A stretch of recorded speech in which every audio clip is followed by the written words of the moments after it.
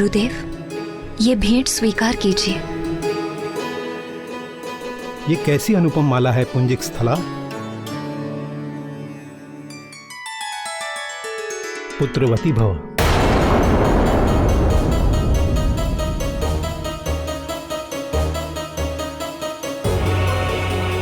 गुरुदेव, ये कैसा आशीर्वाद दे दिया आपने? मैं स्वयं चकित हूं पुत्री कि मेरे मुख से ऐसा वचन किस कारण निकला। निश्चित ही ये देवी प्रेरणा से ऐसा हुआ है। किंतु गुरुदेव, मैं तो अप्सरा हूं और अप्सराएं कभी मां नहीं बनती। ये मैं नहीं जानता कि मेरे मुख से ये आशीर्वाद क्यों निकला, किंतु ये असंभव ही नहीं है। तुम भी भगवान शंकर, जगत जननी माता पार्वती के आशीर्वाद से एक पुत्र की माता बनोगी। तुम्हारा पुत्र परम ज्ञानी, महाबली, सर्वगुण संपन्न, अजय और अभय होगा।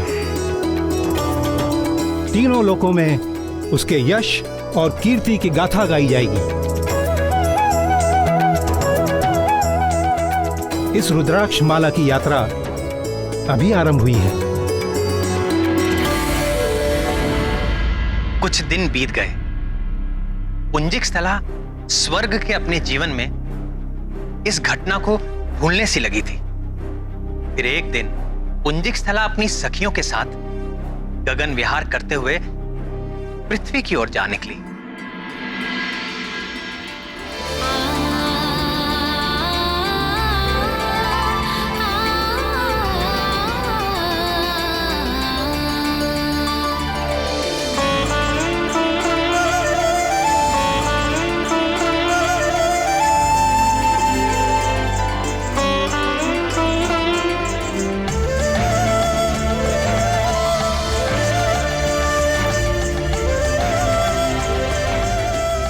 सारा संसार स्वर्ग के ऐश्वर्य और विलास के स्वप्न देखता है, हमसे ईर्ष्या करता है,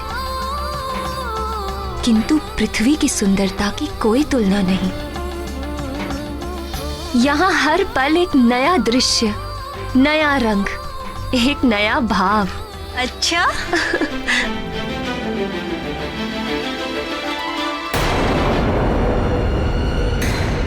अरे, ये क्या हुआ?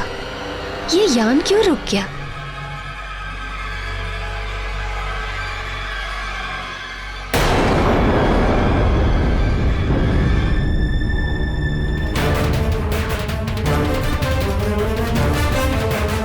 हे यान, अगर आगे नहीं बढ़ सकते तो हमें नीचे ले चलो।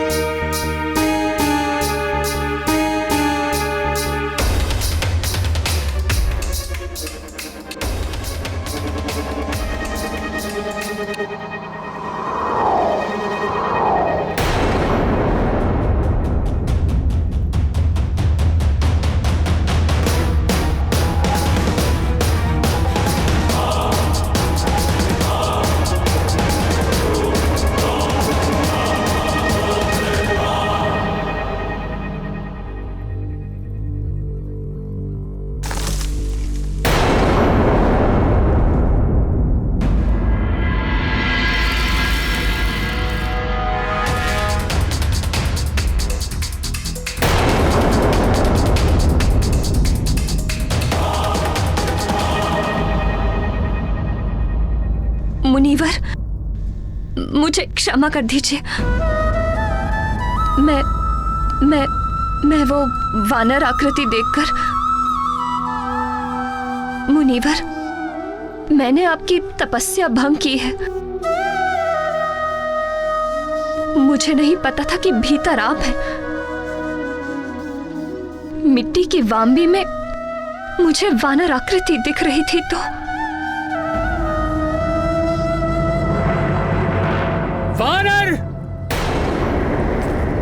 वानर बाहर नहीं, तेरे भीतर है। तुझ में ही है वानर जैसी चंचलता। जा, तू भी वानरी हो जाएगी।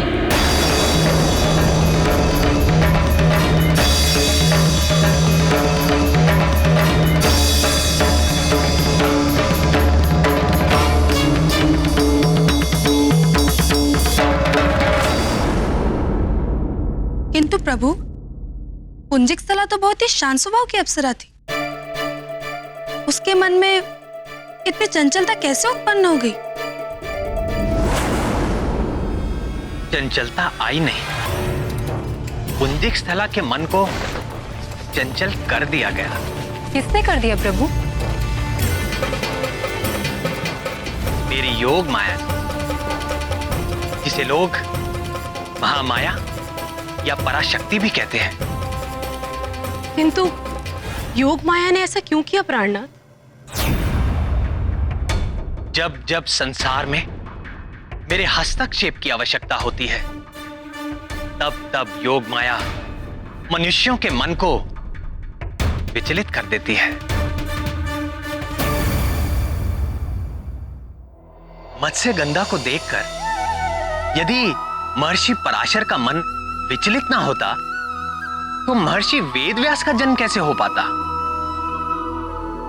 और यदि महर्षि वेदव्यास का जन्म ना हो पाता तो द्वापर में वेदों का उद्धार करके उनका विभाजन कौन करता?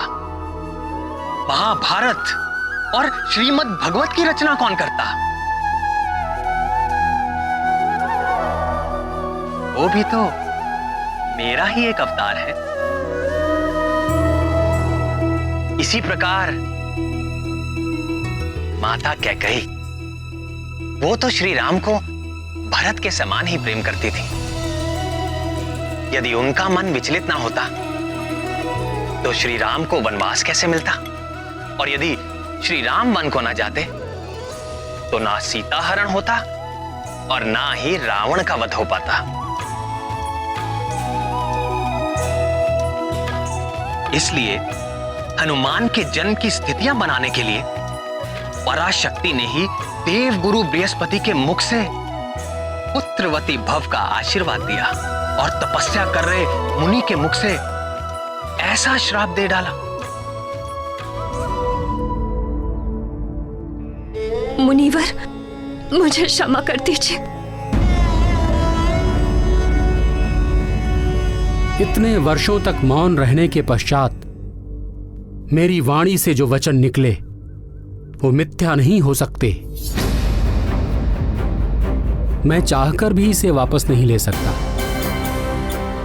इसमें न कुछ दोष तुम्हारा है और न कुछ मेरा। भगवान की प्रेरणा से ही ऐसा हुआ है। तू शोक न कर पुत्री, तुम्हें भगवान महादेव के अंश को जन्म देना होगा।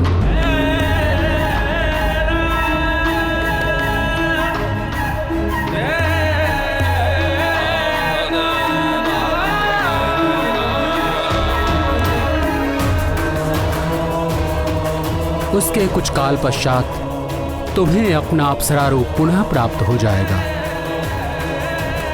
और तुम स्वर्ग को लौट सकोगी।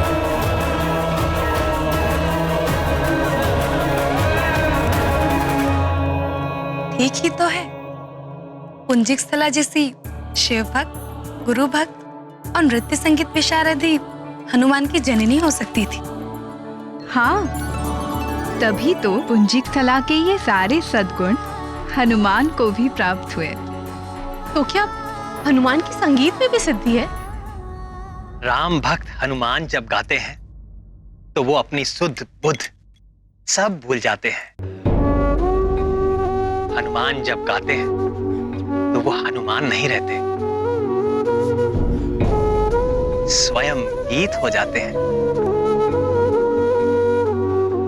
उनके गायन से जुड़ा एक बड़ा ही रोचक प्रसंग है। सुनाइए ना मुरलीधर। हनुमान की संगीत प्रतिभा की बातें जब देव गंधर्व नारद ने सुनी तो उन्होंने हनुमान को गायन प्रतियोगिता की चुनौती दे डाली। देव मुनि नारद तो संगीत शास्त्र के महापंडित हैं और उनके आगे तो गंधर्व भी कहीं नहीं ठहरते। तो फिर क्या हुआ स्वामी, कौन जीता? धीरज रखो प्रियतमा, सब बताता हूँ। नारायण नारायण। और जब मैंने गायन आरंभ किया तो मेनका, रंभा और उर्वशी स्वयं को रोक ना सकी। सारी अप्सराएं एक साथ महादेव, क्या दृश्य था। पूरा इंद्रलोक तेरे संगीत से झूम उठा था। आप भी वहां होते तो बड़ा आनंद आता।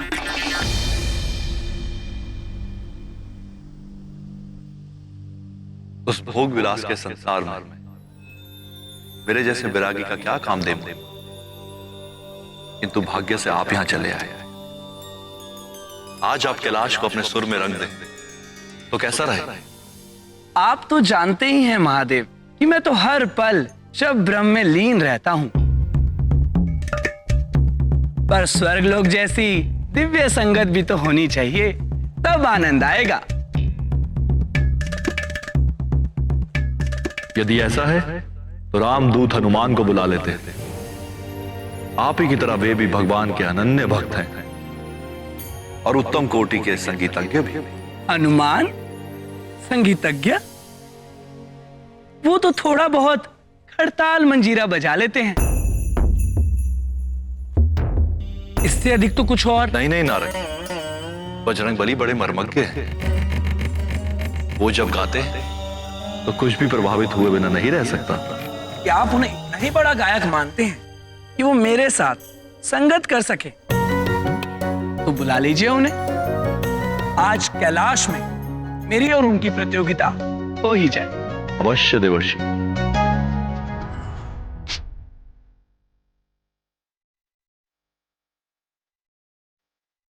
परम प्रिय हनुमान,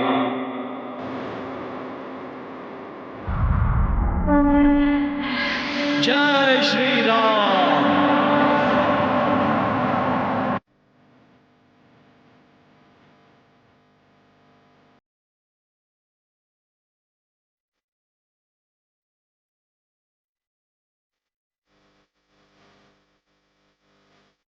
भुजंग भूषण भगवान शशि शेखर और जगत जननी माता भवानी के चरणों में राम भक्त हनुमान का प्रणाम।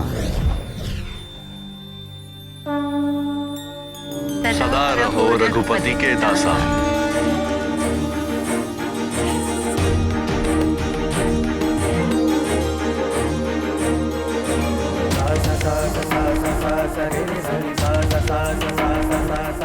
प्रणाम मुनिवर।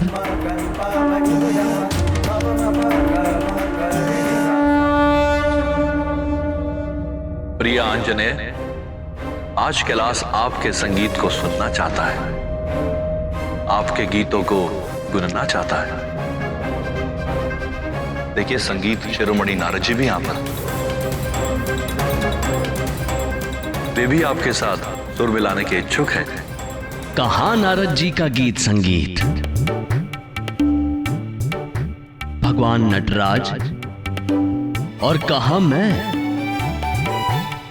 संगीत के नाम पर तो बस कुछ खड़ताल मंजीरा खड़का लेता हूं। वह गीत के नाम पे केवल अपने प्रभु श्री राम के नाम का जाप करता हूं। उसी रस के तो हम भी प्यासे हैं हनुमान। गाइए भक्त शिरोमणि।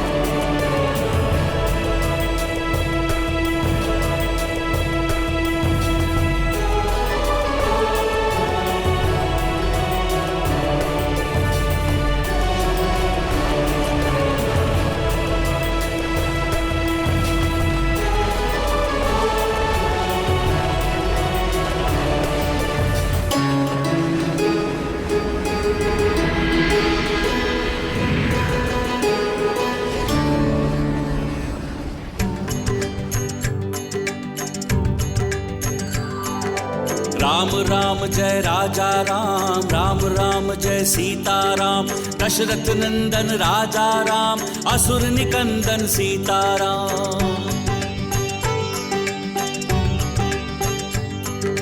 राम राम जय राजा राम, रघुपति राघव राजा राम। राम राम जय राजा राम, राम राम जय सीताराम। राम राम जय राजा राम, राम राम जय सीताराम। दशरथ नंदन राजा राम, असुर निकंदन सीताराम।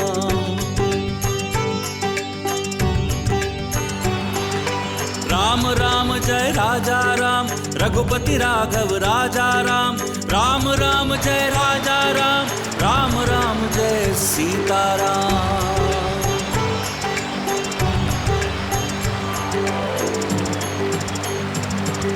राम राम जय राजा राम, राम राम जय सीताराम।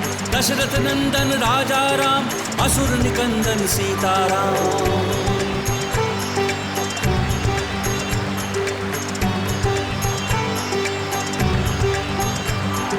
राम राम जय राजा राम, रघुपति राघव राजा राम। राम राम जय राजा राम, राम राम जय सीताराम।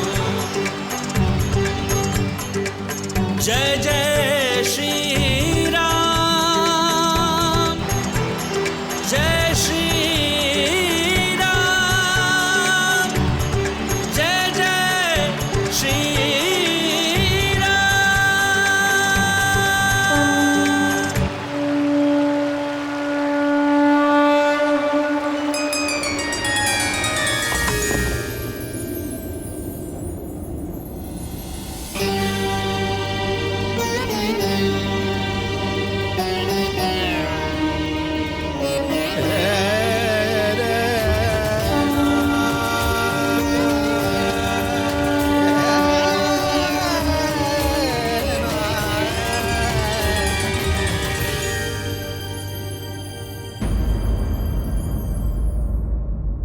जब शनि देव हनुमान के अंदर प्रवेश की इच्छा से आते हैं, हनुमान अपनी लीला से शनि देव को स्वयं से बाहर निकलने के लिए बाध्य कर देते हैं और उनकी संधि से भक्तों का कल्याण उजागर होता है कि शनि देव को जो भी भक्त तैल अर्पित करेगा उस पर वो प्रसन्न होंगे। कालिंदी के पूछने पर रुक्मणी बताती है पुंजिक स्थला शिव के अंश को अपने गर्भ में धारण करेगी। शिव आराधना के दौरान पुंजिक स्थला को एक अद्भुत सपना आता है। आइए अब मैं सुनाता हूँ महाबली हनुमान की अलौकिक कथा। ये कैसा सपना था नाथ? क्या वो शिशु हनुमान थे? किंतु मुरली मनोहर स्वर्ग की अप्सरा वानर को कैसे जन्म दे सकती है? उसका नाम तो पुंजिक स्थला था स्वामी, परंतु स्वप्न वाली स्त्री को तो अंजना पुकारा जा रहा था। पुंजिक स्थला स्वप्न में अपना भविष्य देख रही थी। उसे पवन पुत्र हनुमान की माता बनने के लिए अंजना नामक वानरी के रूप में जन्म लेना पड़ा, एक श्राप के कारण। किंतु पुंजिक स्थला तो भगवान भोलेनाथ की अनन्य भक्त थी, वो श्राप की भागी कैसे हो गई? और श्राप दिया भी तो किसने और क्यों?